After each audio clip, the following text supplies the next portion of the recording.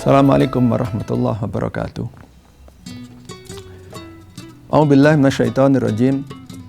Bismillahirrahmanirrahim. Alhamdulillahil qail fi kitabihil karim.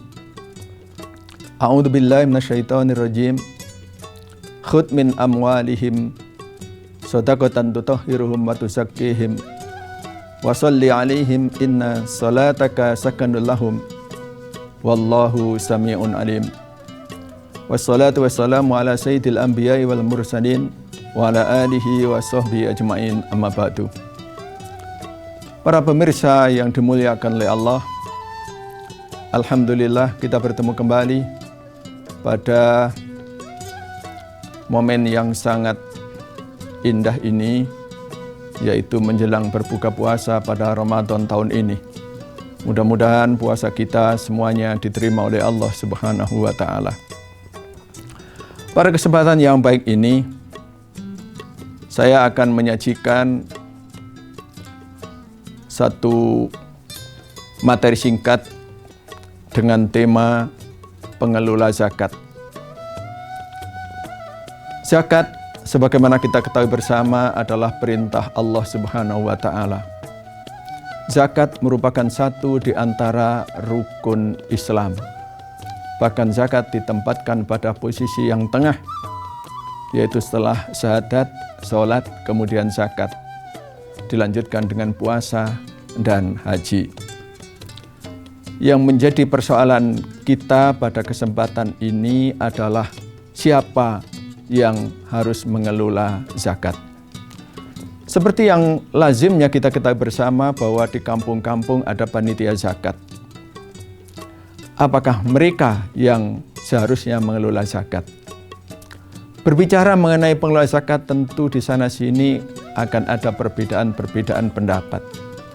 Namun mengacu pada surat At-Taubah ayat 103, kita bisa memperoleh rujukan yang baik untuk kita tiru.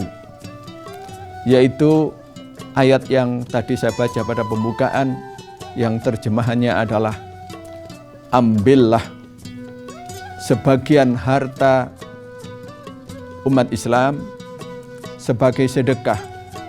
Dan sedekah ini diantaranya adalah sedekah wajib, yaitu zakat. Dan zakat ini berfungsi sebagai pembersih, sebagai pencuci dari harta mereka. Dan sampaikan sholawat atau bacalah doa kepada mereka. Karena sholawat atau doa untuk mereka itu bisa menjadi penenang bagi hati mereka. Dan Allah Maha mendengar lagi Maha mengetahui. Ma'asyiral muslimin rahimakumullah. Apa yang disebutkan di dalam surat At-Taubah ayat 103 ini mengisyaratkan kepada kita bahwa zakat dari umat Islam itu perlu ada yang mengambil, perlu ada yang mengelola. Kalau melihat ayat ini, maka yang harus mengambil, sebagaimana perintah Allah, yaitu khudh min amwalihim, ambillah wahai Muhammad sebagian harta mereka. Berarti yang harus mengambil adalah Rasulullah atau pihak yang menggantikan Rasulullah. Karena itu pada masa Abu Bakar, maka Abu Bakarlah yang mengambil harta umat Islam. Bahkan Abu Bakar kala itu mengancam orang-orang yang tidak mau membayar zakat dengan akan diperangi. Dalam konteks sekarang, tentu saja dimaksud adalah para imam atau para pemimpin negara. Walaupun sebagian ulama mengatakan bahwa imam yang dimaksud bisa berarti imam masyarakat yang ada di wilayah masing-masing. Itu poin yang pertama, para hadirin rahimakumullah. Kemudian poin yang kedua, bahwa zakat itu tutahhiruhum wa tuzakkihim, berfungsi sebagai pembersih. Pembersih bagi orang yang berzakat dari dosa-dosanya. Pembersih bagi orang yang berzakat dari kotoran-kotoran yang ada di dalam hartanya. Dengan demikian, apabila harta sudah dibersihkan, sudah dizakati, maka harta itu akan bersih dan mereka yang berzakat itu juga akan terbebas dari dosa-dosa. Itu poin yang kedua. Lalu poin yang ketiga, Allah Subhanahu wa taala menyatakan wasalli alaihim, dan bacalah sholawat untuk mereka atau berdoalah untuk mereka. Di dalam hadis Bukhari dinyatakan bahwa Rasulullah ketika menerima zakat dari Abi Aufa, Rasulullah juga membaca sholawat untuk Abi Aufa, bahkan dengan keluarganya. Allahumma sholli ala ali Abi Aufa. Demikian Rasulullah SAW membaca sholawat di dalam atau ketika selesai menerima zakat dari Abi Aufa. Walaupun juga bisa berarti berdoa.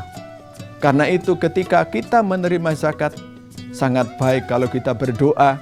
Di antara doa yang bisa kita baca adalah ajarakallah fima a'toita wa baraka fima abqaita wa ja'alahu laka tahura. Semoga Allah memberikan pahala terhadap zakat yang telah kau berikan, dan semoga Allah memberikan berkah kepada harta yang kau simpan, dan Allah semoga menjadikan hartamu itu menjadi pencuci atau menjadi pembersih. Ma'asyiral muslimin rahimakumullah, itu merupakan poin yang ketiga di dalam ayat tersebut. Dan hal yang juga perlu kita ketahui, pada akhir ayat Allah menyatakan wallahu sami'un alim, dan Allah Maha mendengar lagi Maha mengetahui. Artinya bahwa Allah Maha mendengar segala apa yang kita lakukan, terutama terhadap apa yang kita berikan untuk zakat atau untuk sedekah, ataupun apapun yang kita kerjakan di dalam ibadah kita. Allah juga Maha mengetahui dengan segala apa yang kita lakukan itu. Demikian para pemirsa yang budiman, apa yang bisa kami sampaikan pada kesempatan ini, dan menjadi poin penting dari apa yang disampaikan tadi itu, bahwa zakat yang merupakan kewajiban bagi umat Islam yang memang sudah wajib membayarnya, perlu mendapatkan bantuan terutama dari para penguasa atau tokoh-tokoh masyarakat atau tokoh agama yang ada di sekitarnya. Mudah-mudahan yang tersampaikan ini bermanfaat bagi kita. Wallahul muwaffiq ila aqwamit thoriq. Wassalamualaikum warahmatullahi wabarakatuh.